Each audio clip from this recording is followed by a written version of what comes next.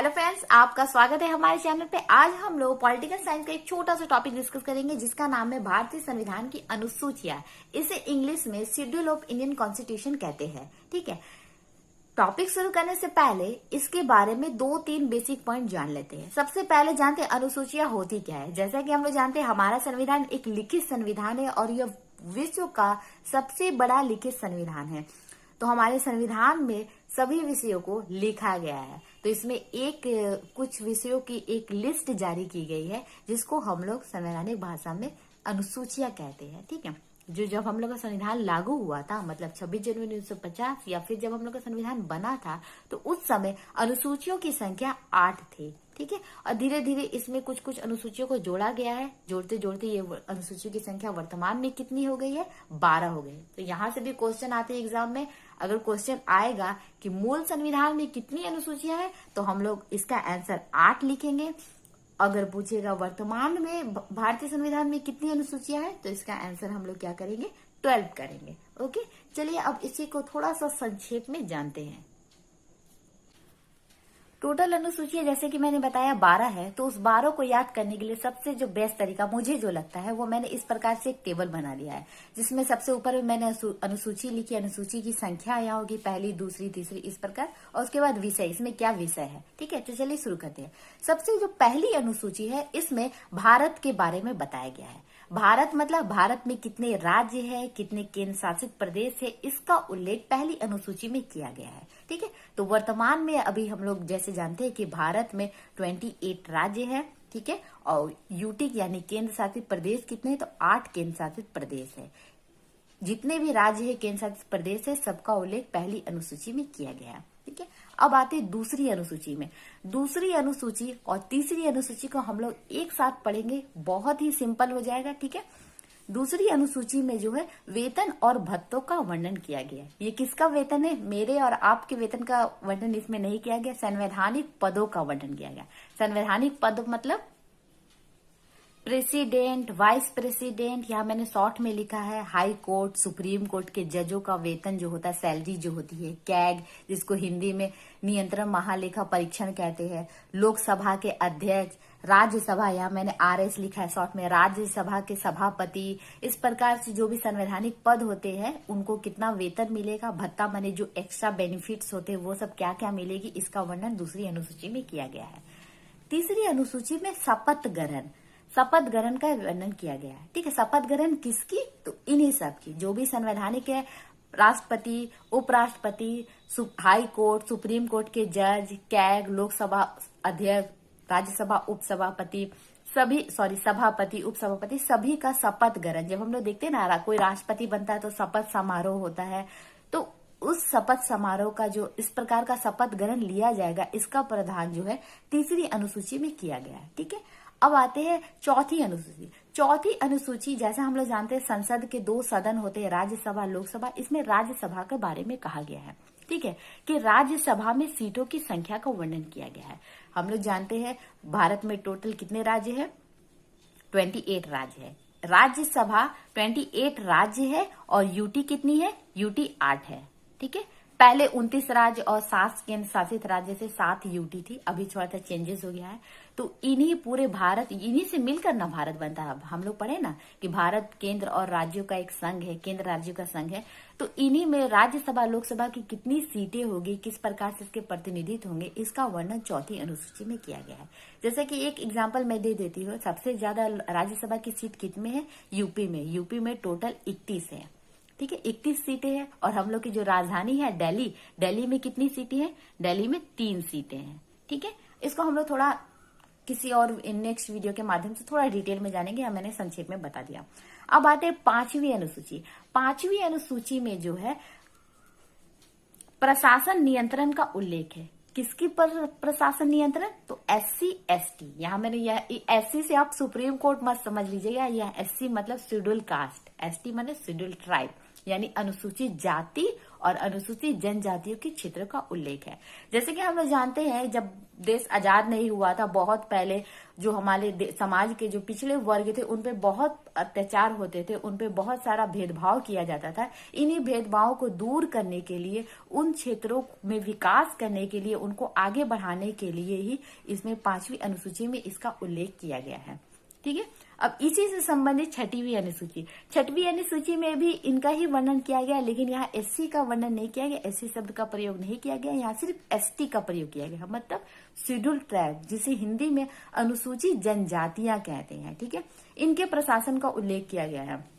अब यहाँ एक बात और है, यहाँ पे केवल 4 राज्यों का, भारत के 4 राज्य है उसी का वर्णन किया गया है। ठीक है, असम, त्रिपुरा, मेघालय, मिजोरम। जो हम लोग की 5वीं अनुसूची है, यहाँ पर मैं एक बात ध्यान से देखिएगा। ठीक है, जो 5वीं अनुसूची संपूर्ण देश में, मतलब टोटल 28 स्टेट और 8 केंद्र शासित राज्यों में जितने भी एससी है, जितने भी अनुसूचित जनजाति है, अनुसूचित जातियां है, सबके सभी क्षेत्रों के प्रशासन नियंत्रण का उल्लेख किया गया है। लेकिन जो 5वीं अनुसूची भारत के केवल 4 राज्यों का इसमें वर्णन किया गया है। ठीक है, कौन सा है? असम है। चारों राज्य पूर्वी राज्य है, भारत के पूर्वी राज्य है। ठीक है, असम है, त्रिपुरा है, मेघालय है, मिजोरम है। ठीक है, इन्हीं सिर्फ क्षेत्रों में जो अनुसूचित जनजातियां हैं, मतलब जो एसटी के शेड्यूल ट्राइब के जो लोग हैं, उन क्षेत्रों के प्रशासन का उल्लेख इसमें किया गया है। तो ये एग्जाम में कभी कभी इन क्षेत्रों से क्वेश्चन आ जाते हैं, तो इसको याद करने का एक बहुत ही अच्छा मैं ट्रिक आपको बता देती हूँ। डिजिटल जमाना है, सब कोई एटीएम यूज करता है, तो यहाँ मैं लिखती हूँ एटीएम, एटीएम मशीन। ठीक है, ये वर्ड आप याद रखिएगा, एटीएम मशीन। तो A4 हो जाएगा असम, T4 हो जाएगा त्रिपुरा, M4 हो जाएगा मेघालय। अब जो मशीन है, इसका मशीन का स्पेलिंग को काट दीजिए, ये सिर्फ जो इसका M है, इससे हो जाएगा मिजोरम। ये मेरा ट्रिक है, आप इस प्रकार का कोई भी ट्रिक बना के आसानी से याद रख सकते हैं, और इससे रिलेटेड एग्जाम में तो क्वेश्चन आते ही हैं। ओके, आगे देखते हैं। 7वीं अनुसूची, 7वीं अनुसूची में जो है शक्ति विभाजन का वर्णन है। ठीक है, 7वीं अनुसूची जो हमारे संविधान की 7वीं अनुसूची में शक्ति विभाजन, शक्ति विभाजन कैसा? तो केंद्र और राज्यों के बीच, जैसा हमारे जानते हैं, हमारा जो देश है इसमें 2 शक्तियां काम करती है, मतलब 2 राज्य काम करते हैं। ओके, देश में 2 प्रकार की शक्तियां काम करती है, एक होता है स्टेट गवर्नमेंट, एक होता है राज्य गवर्नमेंट। इनके बीच शक्तियों का विभाजन, मतलब किस विषय पे कौन कानून बनाएगा, इसका विभाजन 7वीं अनुसूची के तहत ही 4 सूचियों को जारी किया गया है। पहली जो है संघ सूची, दूसरी है राज्य सूची, तीसरी है समवर्ती सूची, और अंतिम और चौथी जो है वो अवशिष्ट सूची। इसको एकदम संक्षिप्त में समझ लेते हैं। संघ सूची, संघ मतलब होता है केंद्र, नाम से ही लग रहा है। संघ सूची में जितने भी विषय होते हैं, इस पे कानून केंद्र सरकार बनाती है। एग्जाम्पल के लिए ले लीजिए जनगणना, एग्जाम्पल के लिए जनगणना और रेलवे, इस तरह से इसमें सूचियां, मतलब कोई भी राज्य इंडिविजुअली रूप में जनगणना नहीं करता। जनगणना का कानून, इससे संबंधित कानून कौन करता है? केंद्र सरकार करती है। रेल भी हमारा केंद्र पे आता है, मतलब सरकारी है, सरकार इससे रिलेटेड फैसला लेती है। तो संघ सूची में जब संविधान का मतलब निर्माण हुआ था, उस समय 97 मतलब 97 विषय थे, लेकिन अभी वर्तमान में धीरे धीरे इसमें बढ़कर 100 विषय हो गए हैं। ठीक है, अगला जो है राज्य सूची, नाम से ही लग रहा है, राज्य सूची में जितने भी विषय होते हैं उसमें कानून राज्य सरकार बनाती है। ठीक है, अब फॉर एग्जाम्पल के लिए पुलिस ले लीजिए, मतलब राज्य में अगर किसी प्रकार का भी कोई हो जाएगा तो पुलिस सक्षम है अपना निर्णय लेने के लिए, उसको केंद्र से अनुमति लेने की आवश्यकता नहीं है। ओके, जब हम लोग का अनुसूची का निर्माण हुआ था उस समय उसमें 66 विषय थे, लेकिन अभी वर्तमान में कितने 61 विषय है। ये विषय बहुत ही इंपॉर्टेंट है, कभी कभी विषय से भी क्वेश्चन है कि राज्य सूची में कितने विषय है, तो 61, संघ सूची में कितने विषय है, वर्तमान में तो 100 विषय है। ठीक है, कुछ विषय ऐसे होते हैं, आगे हम लोग देखेंगे, कुछ विषय ऐसे होते हैं जिसमें केंद्र और राज्य दोनों कानून बनाते हैं। एग्जाम्पल के लिए शिक्षा, इस प्रकार की सूची को समवर्ती सूची में रखा गया है। ठीक है, इसमें जब निर्माण हुआ था पहले इसमें 47 विषय थे, अभी वर्तमान में इसमें 52 विषय है। और इसमें एक बात ये, जब इन सूचियों को मतलब बनाया गया था उस समय एक सूची और बनाई गई थी जिसको कहते हैं अवशिष्ट सूची कहते हैं। उस समय ऐसा अनुमान लगाया गया था कि हो सकता है फ्यूचर में कुछ ऐसे विषय आए जिनको कानून बनाने की आवश्यकता हो। तो एग्जाम्पल के लिए लीजिए इंटरनेट 1950 में जब हम लोग का कानून लागू हुआ था, मतलब संविधान लागू हुआ था, तो उस समय इंटरनेट ये शब्द से ही सब अभिज्ञ थे, सब अनजान थे। लेकिन अभी इंटरनेट हमारे जीवन पे इस प्रकार से हावी हो गया, इस प्रकार से जुड़ गया है कि ये कई प्रकार की समस्याओं को भी प्रस्तुत कर रहा है, इसके कारण कई प्रकार की समस्याएं की भी उत्पत्ति हो रही है। तो इससे रिलेटेड जो भी कानून होता है, जैसे साइबर क्राइम हो गया या इंटरनेट का मिस यूज हो गया, जिससे भी इस प्रकार से कानून होते हैं, वो अवशिष्ट सूची के अंतर्गत इसको रखा गया है। और इस पे कानून बनाने का अधिकार, ध्यान से देखिएगा, संसद का है।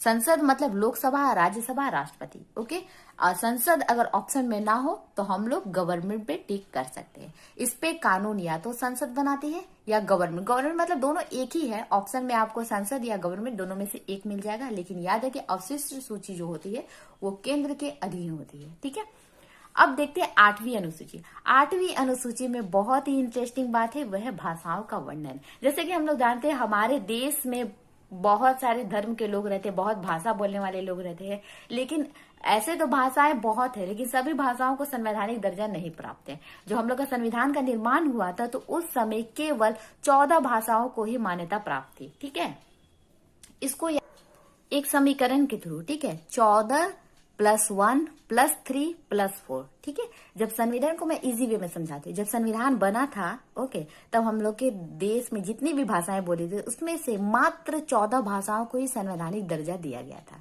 ठीक है, उसके बाद एक भाषा को जोड़ा गया, फिर 3 भाषा को जोड़ा गया, फिर 4 भाषा को जोड़ा गया। ठीक है, मतलब भाषाओं में 3 बार संशोधन हुआ है। ठीक है, एकदम इजी वे में समझते। सबसे पहले संशोधन मतलब संवैधानिक संशोधन, संविधान में जो संशोधन हुआ है, यहाँ मैंने बहुत शॉर्ट में लिखा है।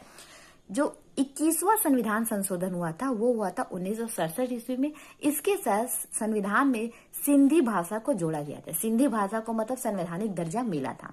ठीक है, उसके बाद 71वां संविधान संशोधन 1992 द्वारा कोंकणी, मणिपुरी और नेपाली भाषा को संवैधानिक दर्जा दिया गया था।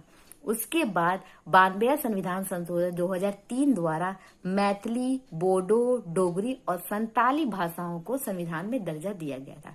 तो अभी कुल मिला के कितनी भाषा हो गई? 22 भाषा हो गई। ओके, तो क्वेश्चन, इससे तो क्वेश्चन बहुत बार आता है। तो मूल संविधान में कितनी भाषाएं थी? 14 भाषाएं थी। वर्तमान में कितनी भाषाएं हैं? तो 22 भाषाएं हैं। भाषाओं का उल्लेख किस अनुसूची में है? तो 8वीं अनुसूची में है। और बहुत डीपली क्वेश्चन पूछेगा तो सिंधी को कब जोड़ा गया? 21वें संविधान संशोधन 1967 द्वारा जोड़ा गया। ये बहुत ही इजी है, मेरे वर्ड्स जो है स्पष्ट नहीं है, पर मैं जो बोल रही हूँ उसको आप लोग ध्यान दीजिए। थ्योरी तो आपको बुक में भी मिल जाएगा, बस केवल समझते रहिए। ठीक है, अब आगे बढ़ते 9वीं अनुसूची। 9वीं अनुसूची में क्या है? भूमि सुधार संविधान, भूमि सुधार विषय है। ठीक है, इसका विषय भूमि सुधार है।